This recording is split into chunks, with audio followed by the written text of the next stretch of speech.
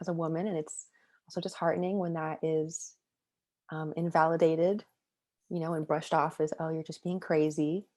Yeah. No, this is very difficult internally, but I'm happy to hear that that's not an added stressor in your life. And so you mentioned at times when you are feeling very irritable, and then you resort or you feel more isolated. I'm wondering,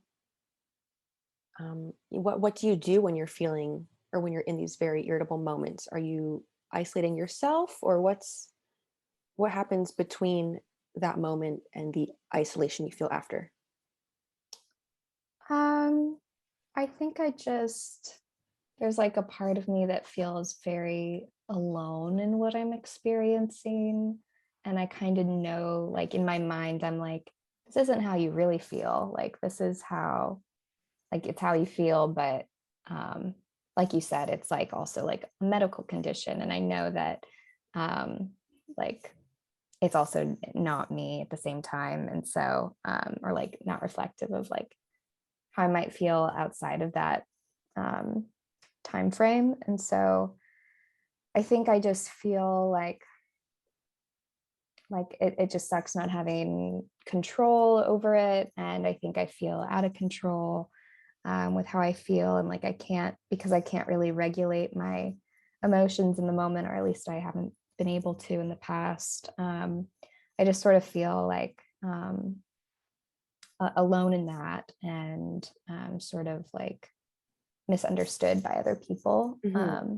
So I guess that's kind of where the isolation factor comes in. Okay. Hmm.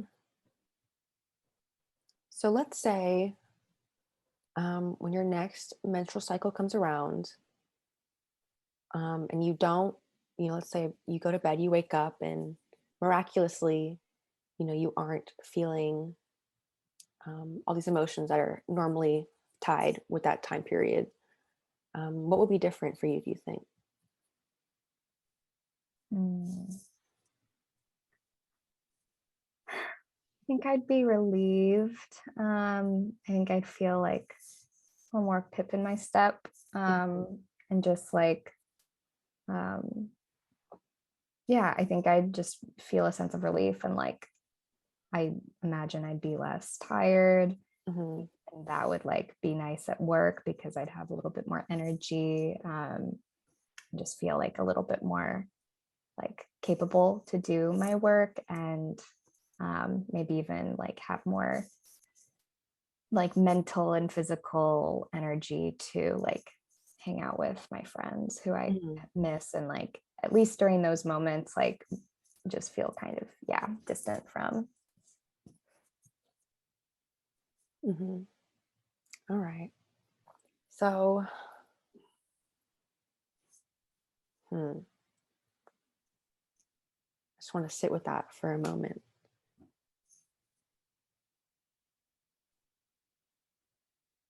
Would you say that you feel more tired and distant just during that week of your period, and outside of that, things are generally that way?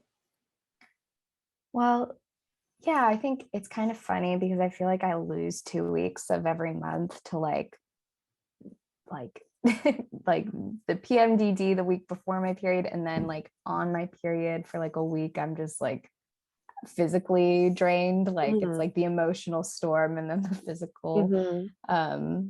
yeah, storm. So I guess for like half of the month, honestly, I'm kind of tired in one way or another. Hmm. um but outside of that, the 2 weeks that I'm not menstruating or like about to, I feel pretty good. I definitely feel more myself.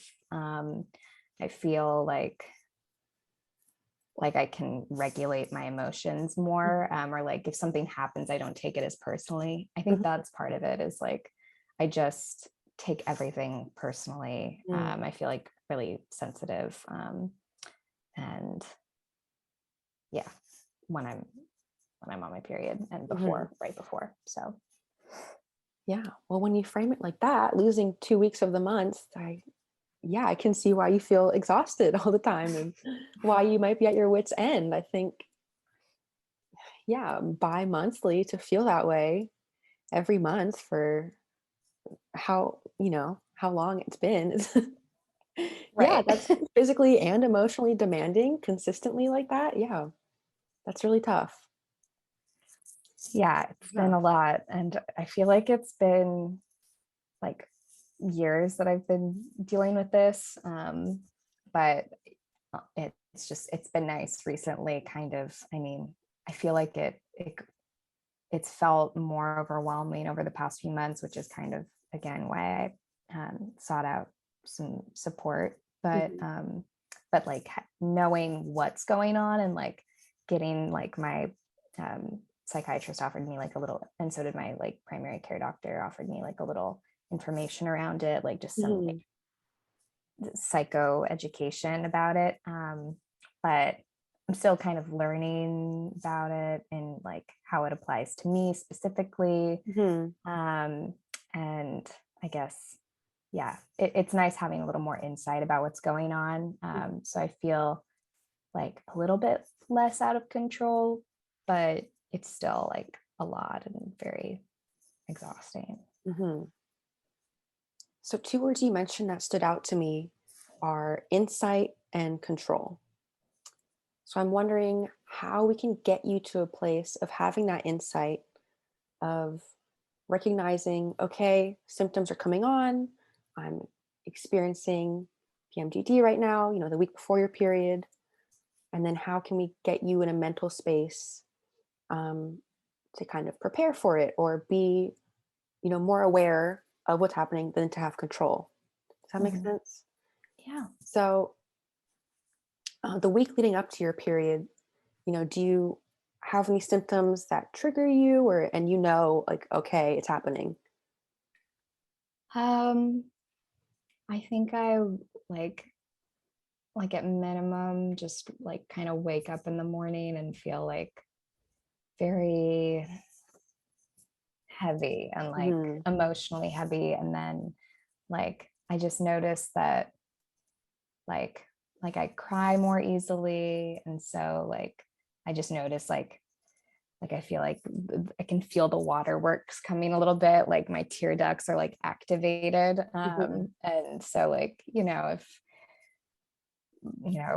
my boyfriend says something like a certain way, like he may not mean it Hmm. um to like hurt my feelings, but like I just will take little things, or like I feel like I like fixate on things, or maybe misinterpret people more when I Hmm. am kind of in that place. And because of that, I like um yeah, I just am a little more reactive. I think Hmm. usually I try to like sit with things before I like speak on something or before I respond to someone, but I think I just feel like a little more on edge, a little bit more emotional, and because of that I like kind of just like jump on things, and yeah, I'm more reactive, which I don't want to be. Hmm.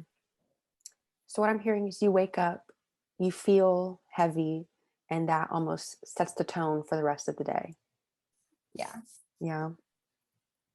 Okay.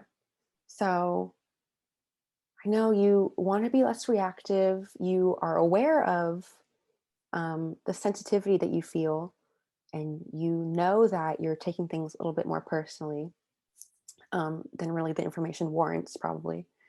Um, I'm wondering, what can we do, or what do you think you can do at the start of your day? You wake up, you feel heavy, you know what's coming. What can you do to maybe break that feeling, or to kind of come into your awareness and recognize, okay, I'm going to be more sensitive today. What can you do for yourself to maybe be more attentive to yourself, practice more self-care, or how can you be more compassionate for yourself and kind of Hmm. prepare for that and anticipate the sensitivity, but in more control? Yeah.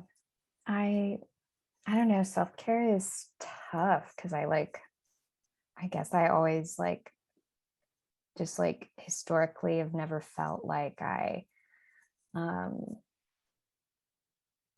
like have a lot of space for it. Hmm. Like I just feel like I'm always like working, and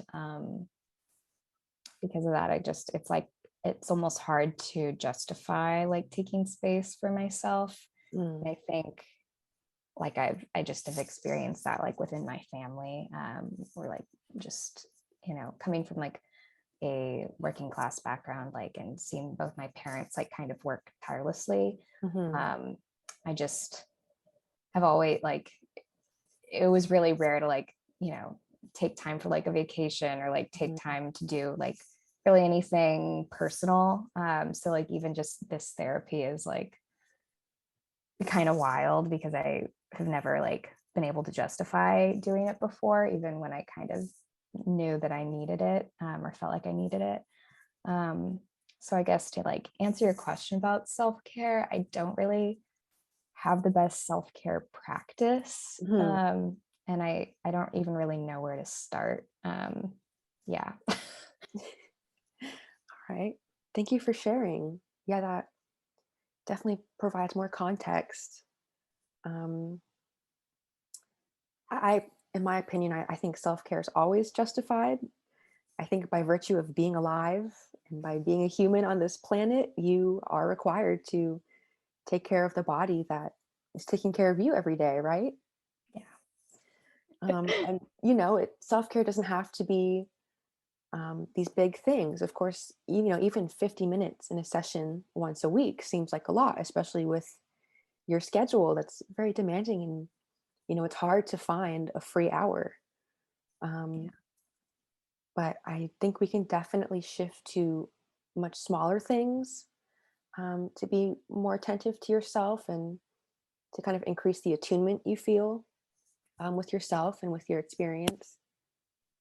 So, even small things, just I guess as it relates to your period, I think most women, we get your period and we're like, okay, I'm going to eat ice cream and chocolate. I'm going to lay in bed in my comfy clothes and, watch a movie and do something that makes me happy.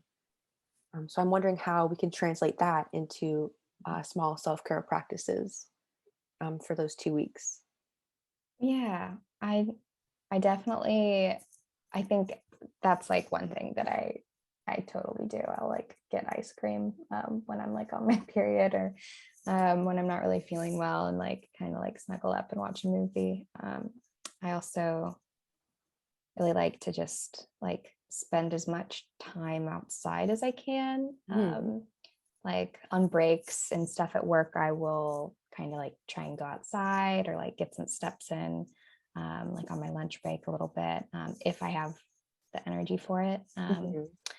But I really like being outside and like getting out into nature. I think that's like, I guess, a form of self care. Yeah.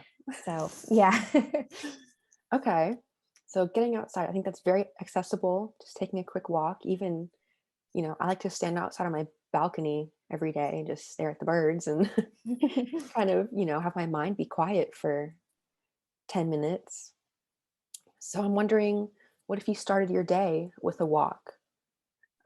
Especially when you wake up, you're feeling heavy. And, okay, why don't we go start the day with a walk around the block? Or what if during those moments when you're feeling extra sensitive, you can see that you're in a situation where you're taking things a little bit more personally? What if you, in that moment, decide, okay, I need to go take a walk or stand outside for a moment?